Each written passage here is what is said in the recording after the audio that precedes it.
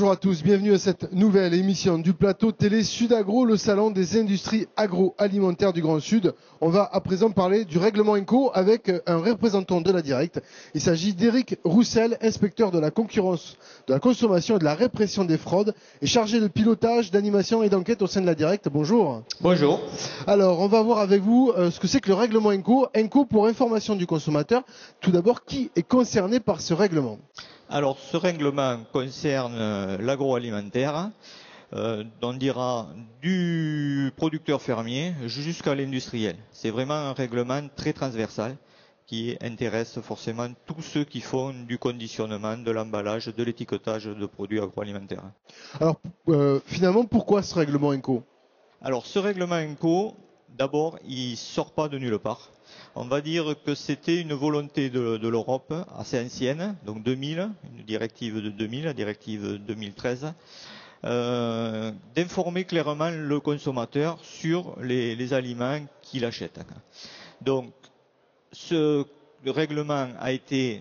directive plutôt, a été d'abord traduite dans le droit français en code de la consommation, et ensuite, dernièrement, donc dans le règlement INCO, qui a apporté quelques nouveautés, quelques précisions complémentaires. Alors justement, ces nouveautés, quelles sont-elles ? Alors, essentiellement, il a pris en compte des problématiques qui avaient commencé à être intégrées dans le code de la consommation, mais qui apparaissent de nos jours comme vraiment prégnantes, et notamment les allergènes. On s'aperçoit que les allergies alimentaires se développent. On considère actuellement que 4% à peu près de la population présente des allergies. Ça peut aller jusqu'à 6% chez les enfants. Donc c'est en augmentation. C'est un problème de santé. Donc au niveau européen, on a dit il faut que que les consommateurs aient une information claire sur ces allergènes. D'accord, donc très important aujourd'hui, ce sont ces aspects allergènes qui doivent figurer donc sur les emballages et sur les codes d'information des produits. Voilà, tout à fait. Donc une liste d'allergènes qui a été établie, 14 allergènes. Ces 14 allergènes devront systématiquement figurer sur l'étiquetage du produit. Et en plus, on demande à ce qu'ils soient signalés d'une façon distincte des autres mentions. Les caractères peuvent être en gras, soulignés, mais il faut que ça apparaisse de façon distincte. Alors, petite précision aussi, ça concerne essentiellement les produits préemballés, mais également la vente en vrac. Ça, c'est une grande nouveauté aussi. D'accord, donc les produits conditionnés, les produits en vrac, ça ce sont pour les allergènes. Il y a d'autres nouveautés dans ce règlement INCO et notamment la demande de figurer l'origine des produits. Voilà, là aussi l'Europe a bien pris conscience que c'était une demande forte du consommateur de connaître l'origine des produits. Donc elle a introduit aussi des nouvelles dispositions, notamment en matière de viande. Ça fait un peu écho à ce qui s'est passé sur tous les scandales qu'on a eus sur la viande. Donc, elle a demandé à ce que pour certaines viandes, l'origine soit clairement indiquée. C'est les viandes ovines, porcines, caprines et de volaille. Antérieurement, on avait déjà l'obligation sur la viande bovine. Donc maintenant, on a ces viandes-là aussi qui sont concernées.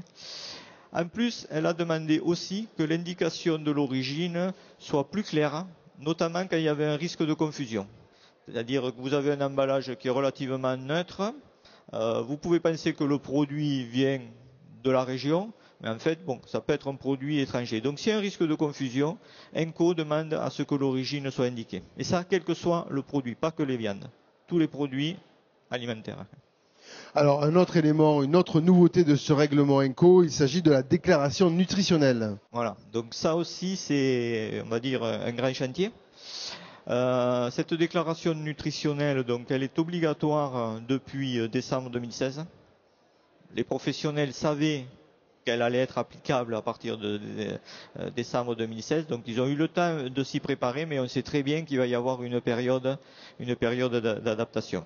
Donc, cette déclaration nutritionnelle, alors, pour démystifier un peu la chose, et message peut-être à faire passer aux professionnels, c'est que on peut faire les choses de façon simple. L'idée aussi d'INCO, c'est c'est vrai qu'on peut faire de choses très compliquées à partir d'un coup, mais on peut aussi rester sur des choses assez simples.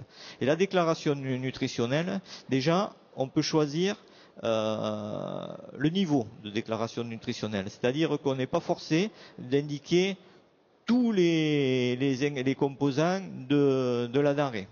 On indique la valeur énergétique, on indique la teneur à la matière grasse, on indique les protéines, le taux de sel, voilà, par exemple, les glucides, les lipides, le sucre, des choses comme ça.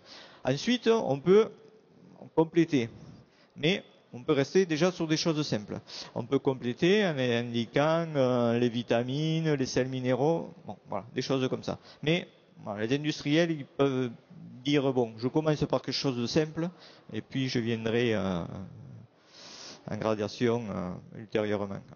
Très bien, alors on voit qu'il y a quand même pas mal de nouveautés sur ce règlement ENCO. Comment les professionnels peuvent-ils se mettre en conformité justement avec cette réglementation ?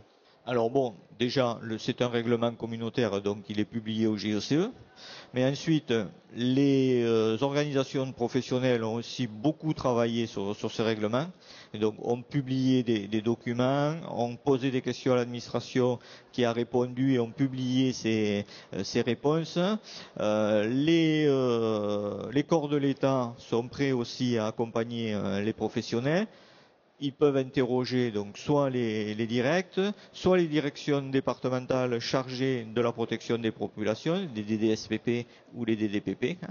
Donc voilà, les professionnels peuvent trouver des réponses facilement. Très bien. Et évidemment, s'ils veulent plus d'informations, ils peuvent également vous solliciter, puisque vous êtes là aussi pour les renseigner et les accompagner sur toute la mise en place de cette réglementation. Éric Roussel, merci beaucoup pour ces informations. C'est moi, merci.